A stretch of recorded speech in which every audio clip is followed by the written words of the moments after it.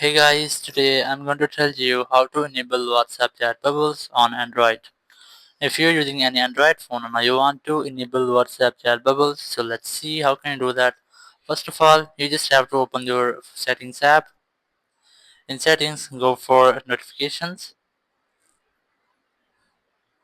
Here just select notification settings. And here you just have to select more notification settings. And here you'll get the bubbles option. You must have to tap on it. And here you must have to enable this toggle, which is that allow apps to show bubbles. Some conversation will appear as floating icon on top of other apps. If you are using any app and you are any message in your WhatsApp or any messenger, so you will get a small bubble icon in front of your screen.